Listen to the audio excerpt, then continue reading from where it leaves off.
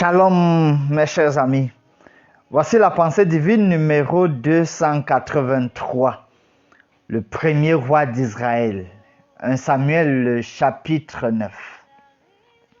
Ce chapitre plante le décor sur la mise à part de Saül comme roi d'Israël, premier roi d'Israël, ce qui ouvrira l'ère de la monarchie. Le choix de Dieu se porte sur Saül. Les circonstances de ce choix sont décrites dans le chapitre. Saül est benjamite, une des plus petites tribus en Israël, et sa famille est parmi les moindres.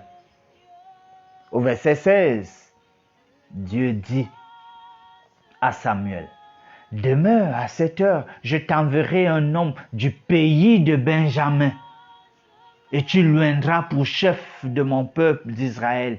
Il sauvera mon peuple de la main des Philistins. Saül, du pays de Benjamin.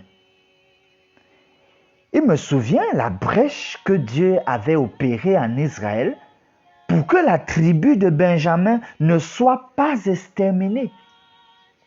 Une brèche, une ouverture, une grâce que Dieu avait faite pour que cette tribu-là de Benjamin ne disparaisse pas. Et maintenant, voici que Dieu, encore, pour se choisir un roi, va dans cette tribu-là de Benjamin.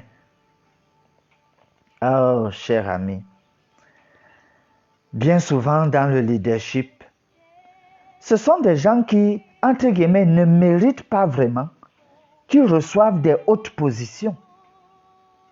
De la part de Dieu, peut-être que c'est aussi pour que ces gens-là ne s'en sentent pas tellement dignes, et donc qu'elles soient humbles et qu'elles comptent sur Dieu pour leur réussite. Mais malheureusement, plusieurs parviennent à ces positions et oublient d'où ils viennent, oublient d'où ils ont été tirés.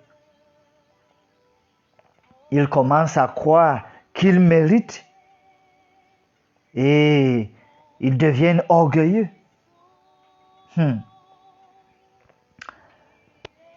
Ceci doit nous faire réfléchir. En fait, je lance un appel à l'humilité des leaders. Oui, qu'ils sachent que c'est par grâce qu'ils ont ce qu'ils ont. Juste la grâce de Dieu.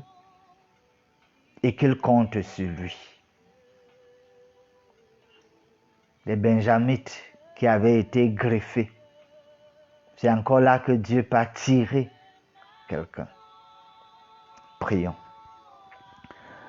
Ô Dieu notre Père, comment nous pourrions réussir si nous pouvions devenir sages en apprenant de ta parole?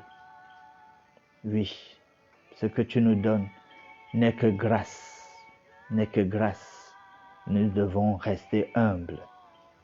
Aide-nous au nom de Jésus. Amen.